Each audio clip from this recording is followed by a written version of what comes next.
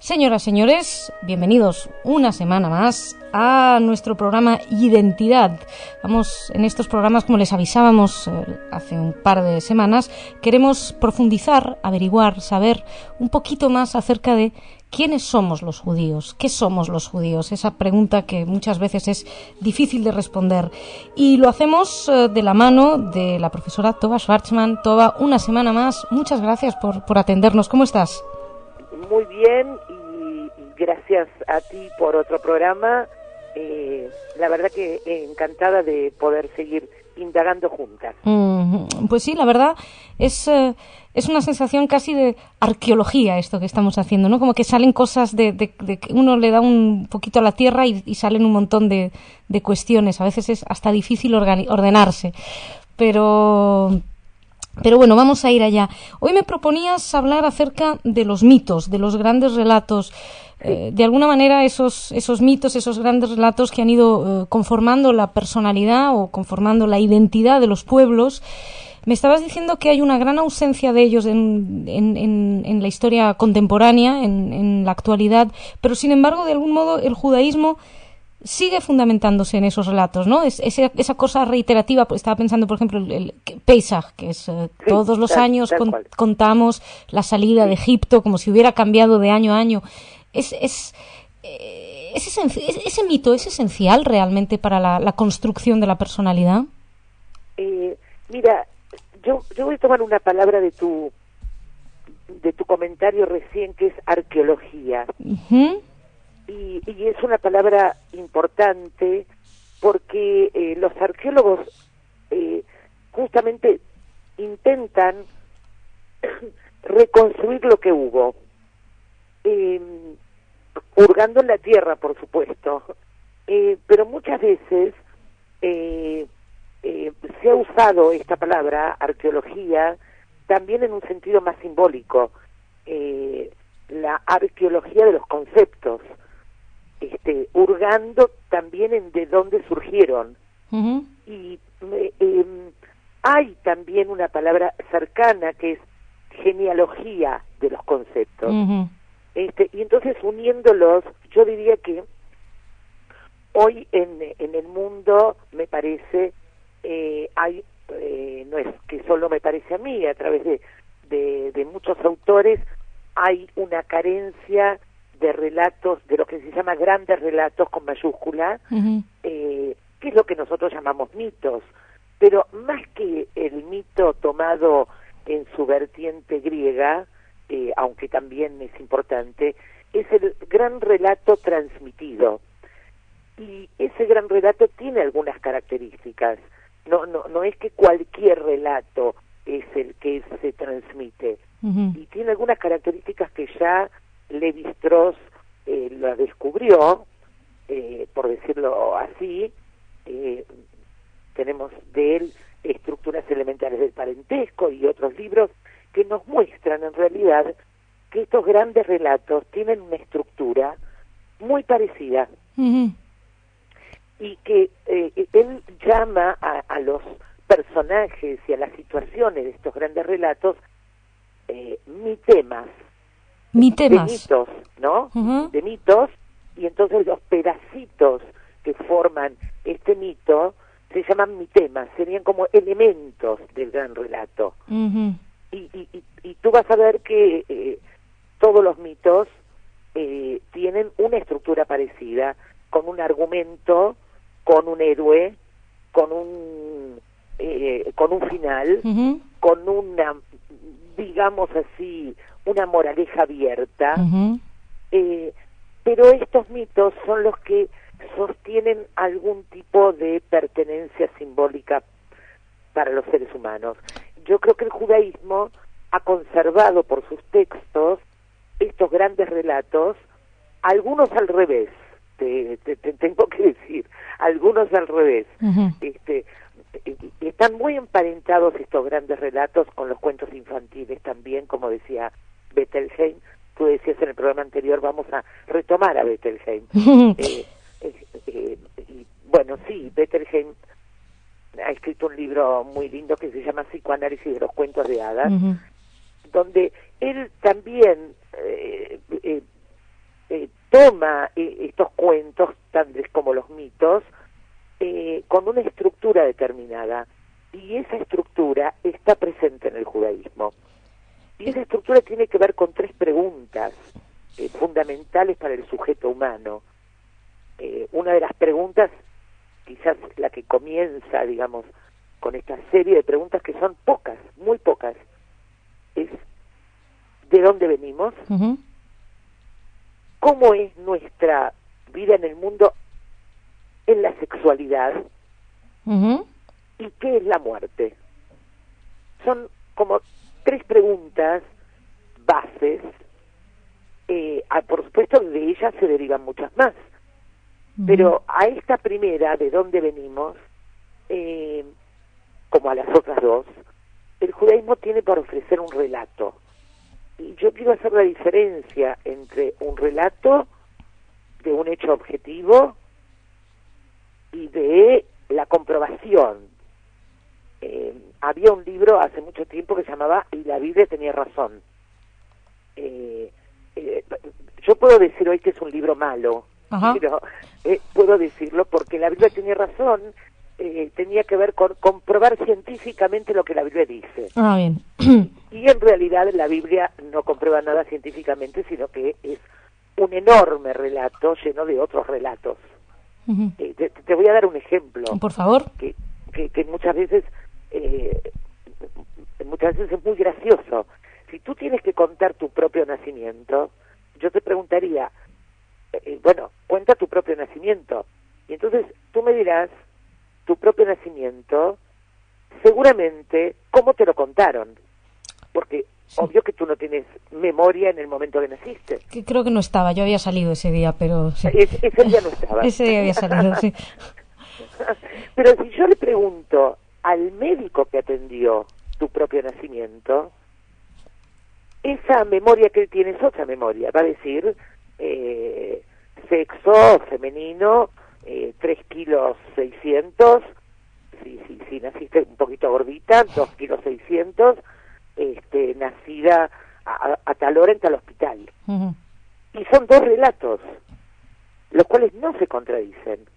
Ahora, el primer relato, el que te han contado, es el que subjetiva tu vida, es el que hace que vos te acuerdes de ese relato, que tengas memoria de ese relato. Entiendo, Toba, perdona, entiendo que es aquel al que nosotros cargamos de interpretación.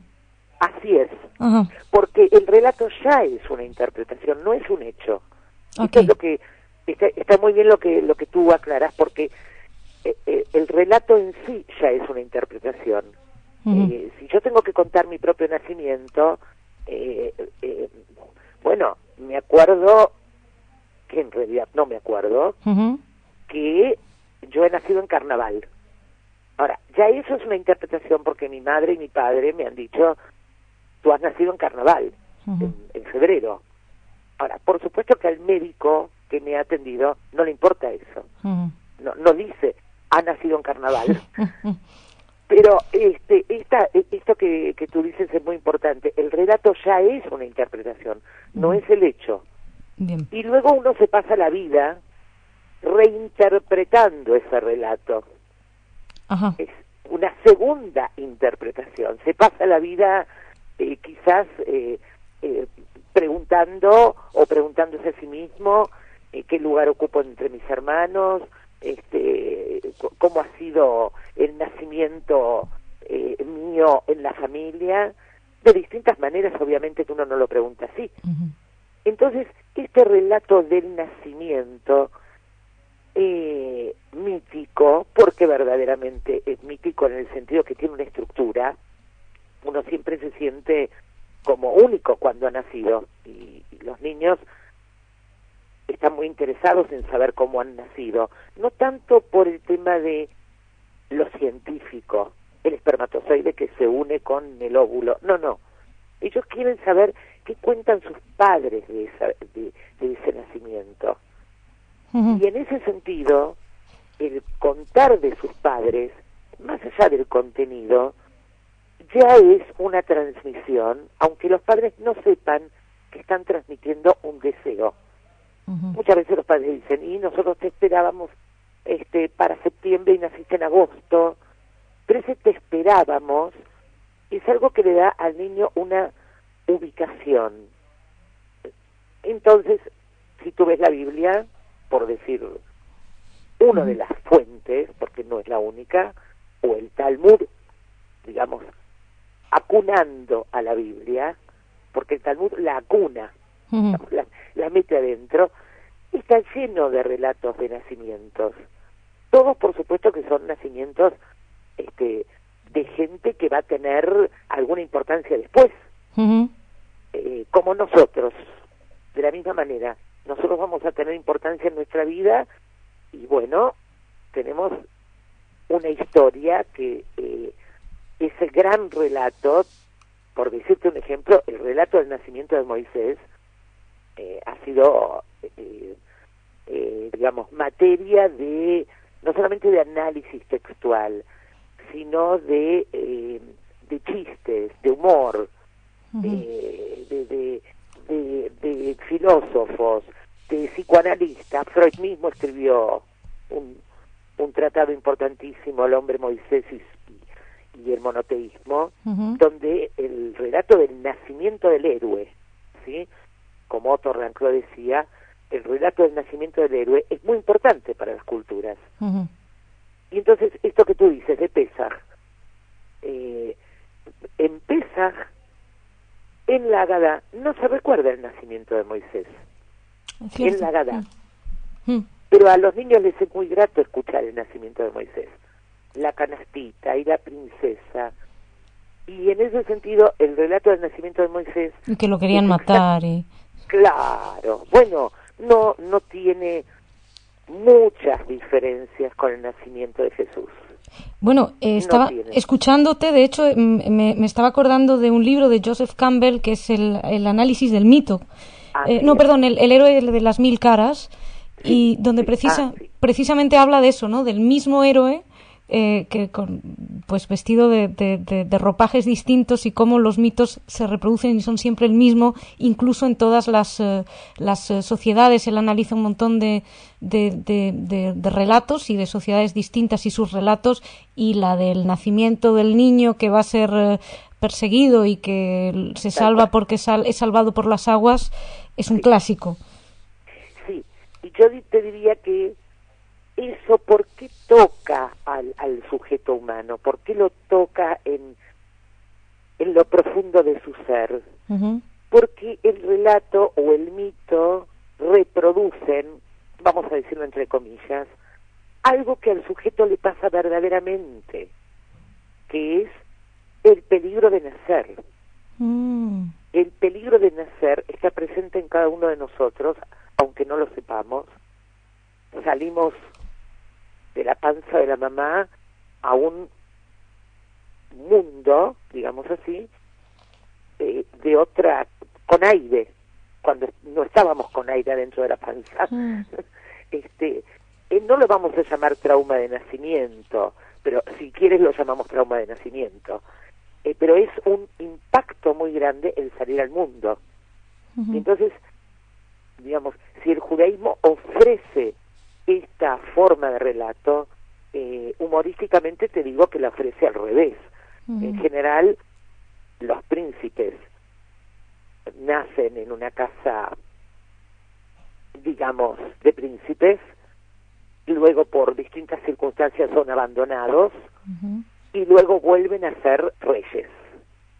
Bueno, el relato de Moisés es exactamente al revés, aunque si tú te fijas, no es tan al revés. Es decir, él ha nacido en la casa del faraón, pero viene de la pobreza, viene de los esclavos. Bueno, pero en el fondo ha nacido en la riqueza de su pueblo, y luego es sacado de esa riqueza a un mundo que no le pertenece. Es decir, es probablemente rico en posesiones y en estatus, pero se supone que no está donde debe estar. Es cierto, él vuelve, digamos, según el relato, ¿no? El relato bíblico. Sí. Luego está el psicoanálisis, que hace un montón de cosas con eso, pero es otro tema. Pero él vuelve a sus orígenes. Y entonces estos relatos o estos mitos, o el mito del nacimiento del héroe, como Otto Rank lo llamaba, digamos, no es solamente con Moisés, es con Isaac, es hasta con Caín y Abel, sobre todo con Caín, es con Shmuel, es con David, es con Shaul, y hay, digamos ahí, héroes. El concepto de héroe, a ver, querría aclarar esto. El concepto de héroe es un concepto griego. Y es un concepto que no está en el judaísmo. Digo héroe porque es el significante de la palabra que nos ofrece el español. Sí, el protagonista de la historia. Ahí está, el protagonista de la historia. El que viaja, ¿no? De alguna manera, el que hace el viaje que nos va a traer la enseñanza moral última. Así es, así es. Y si tú ves el nacimiento de Edipo, también es parecido a eso que vos decías de Campbell. Justamente, sí, perdóname, quería preguntarte, porque hay muchas resonancias. Edipo también sale de lo que le está previsto, él huye de lo que en principio le espera para llegar a lo que le espera. Es decir, él hace todo un viaje para llegar, al fin y al cabo, a que se cumpla lo que el oráculo le había predicho. Pero hay algo que no sé, a lo mejor me equivoco, hay algo en el cuento judío que no tiene el griego, me da la impresión, y es como la enseñanza última. Sí. Quizás el mito hebreo tiene una característica que no tiene el mito griego, que es, tú puedes sacar enseñanzas últimas del mito griego, claro que sí, pero en el mito griego los dioses son los que deciden el destino del héroe. El héroe es alguien, o el protagonista es alguien que está a merced de los dioses. En cambio, en el mito hebreo hay mucho de responsabilidad personal. Y por eso no existe la palabra héroe asociado al mito hebreo. En todo caso, es Moshe, simplemente, ¿no? Es Moshe. Pero hay responsabilidad personal en él. Y no es un héroe que se queje, digamos así, de su destino, porque él lo ha construido. En cambio, el héroe griego, terminan las tragedias griegas con estos héroes, con estos mitos, donde el héroe está a merced de los dioses. No, por eso es tragedia, justamente, porque no tienen capacidad de hacer nada. Lo otro tal vez sería un drama, porque está la participación humana ahí dentro. Así es, y tú has dicho bien, el drama humano que está presente en estos relatos se desarrollan en una escena muy cotidiana, en una escena donde tú te puedes sentir identificada con eso, y donde hay, digamos, es un hombre de carne y hueso que decide cosas. Moisés decide, de alguna manera, matar al guardia egipcio. Moisés decide escapar al desierto. Moisés decide casarse, no es azaroso que esté con Zipora. Moisés decide estar con su suegro Madianita. Hay muchas decisiones. Bueno, una de las más importantes de este mito es cuando el personaje de Dios le dice a Moshe, háblale a la piedra y entonces sacarás agua. Moshe, en vez de hablarle, le pega a la piedra. Y bueno, la tradición dice que por eso no entró, digamos, a Canaán, no entró a la tierra prometida. Es decir, que hay consecuencias de las acciones de este personaje. Y en ese sentido, uno puede discutir. Por eso puede discutir si hizo bien Moshe, si no hizo bien, qué hubiera hecho yo, en mi vida, cómo fue mi nacimiento, y entonces es retroactivo esto que vos decías muy bien antes, vuelve al origen. El otro día comentábamos en el otro programa que el judaísmo es una elección retroactiva, ¿no? Elige retroactivamente, pero elige. Podría haber elegido quedarse en la corte del faraón, lo hubiera sido mucho más fácil. Sí, totalmente. Pero, digamos, entonces estos relatos, como volviendo al principio, son aquellos quizás que hoy por el mundo de la ciencia han sido muy impactados y muy desacreditados.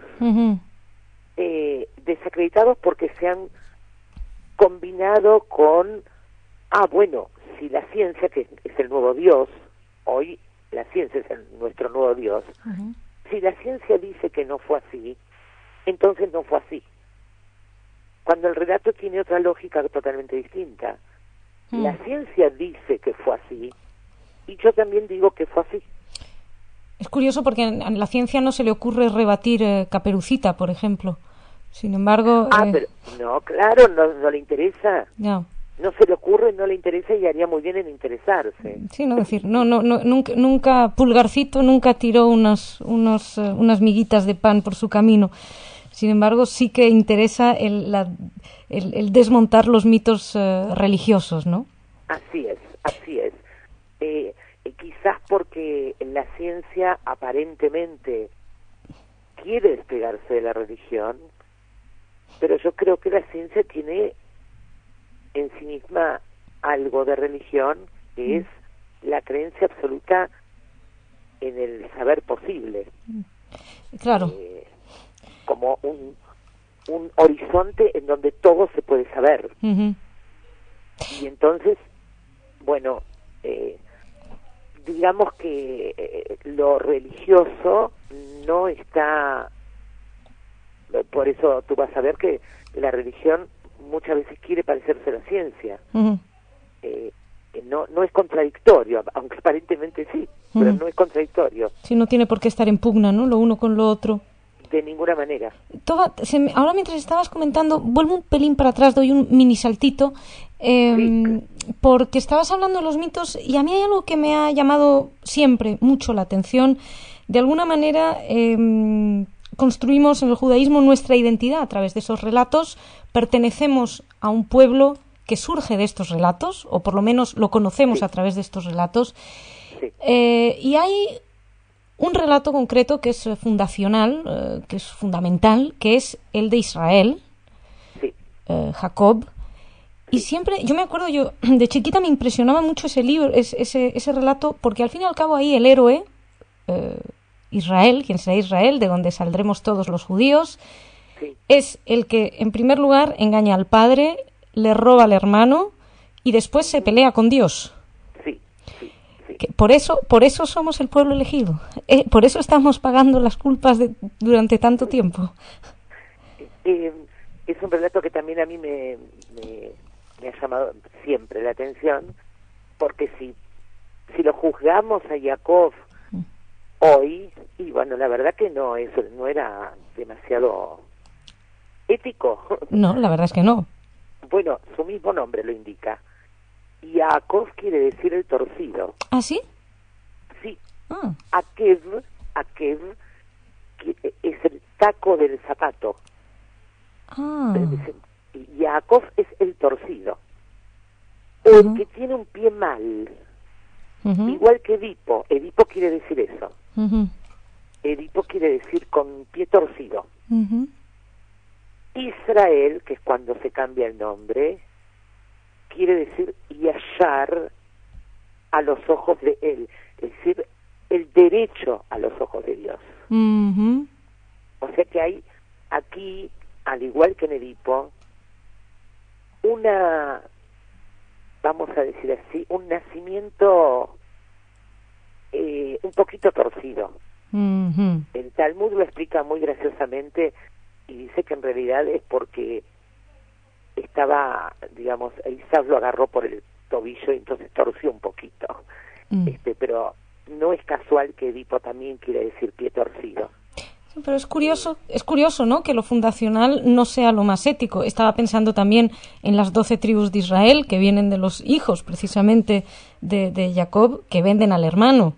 Así es, de Yosef. Sí, Caín y Abel también, el que sobrevive no es el más majo de los dos, como dirían aquí. Así es. Hay ahí algo que me parece que es muy importante, si los judíos lo pudiéramos tomar, no todos los judíos lo toman, que es la posibilidad de pensar en un ser humano con fallas. Y me atrevería a decir también en un Dios con fallas. Uh-huh. No importa cómo es el relato, pero de acuerdo al relato, el derecho de primogenitura está vendido a Jacob, obviamente. Y sin embargo, Dios avala esto. Con un padre ciego, digamos, que se lo engaña, como tú has dicho. ¿No es eso lo que pasa muchas veces en las familias? Hay algo de la humanidad que se trasluce en estos mitos que no tienen que ver con la completud del hombre. Y si los judíos pudiéramos tomar estos relatos fundacionales como aquellos que nos hacen más humanos, no me cabe duda que el grito de Isaac, es decir, el hermano de Jacob, que aparece en la Biblia, es un grito desgarrador. Uh-huh. El Talmud lo ha tomado, ese grito, porque considera que hay una injusticia uh-huh. con Isaac. Uh-huh. Ahora, para esto, para poder pensar estos grandes relatos, para poder meterse y divertirse lo quiero decir en el sentido de la diversidad, uh-huh. también de divertirse. Está esta actitud un poco rigurosa y fundamentalista de no se puede hablar mal de Jacob, pero si es que el Tanaj mismo habla mal de Jacob. No vamos a ser santos cuando el Tanaj mismo habla mal de él, uh-huh. ya en su mismo nombre. Ahora, me parece a mí que si los judíos pudiéramos tomar estos grandes relatos para divertirnos, nuestra vida subjetiva sería mucho más rica. El otro programa, si tú te recuerdas, hablamos de la reintroducción del deseo de ser judío. Sí. Uh-huh. Pero no porque haya algo imperioso y mejor, sino porque la reintroducción del deseo de ser judío me parece que va contra esta corriente mundial, creo yo, uh-huh. de matar a los grandes relatos y por lo tanto matar al sujeto. Bueno, pues se nos ha ido el tiempo, pero me parece apasionante. Volveremos a hablar de los mitos, de estos grandes relatos y del sujeto y su influencia. Es una verdadera delicia. Si te parece, titularemos este programa El mito y la imperfección humana. Claro, bueno, muy lindo. Pues así queda titulado. Muchísimas gracias, Toba, y nos reencontramos dentro de 2 semanas. Gracias a ti, Masha.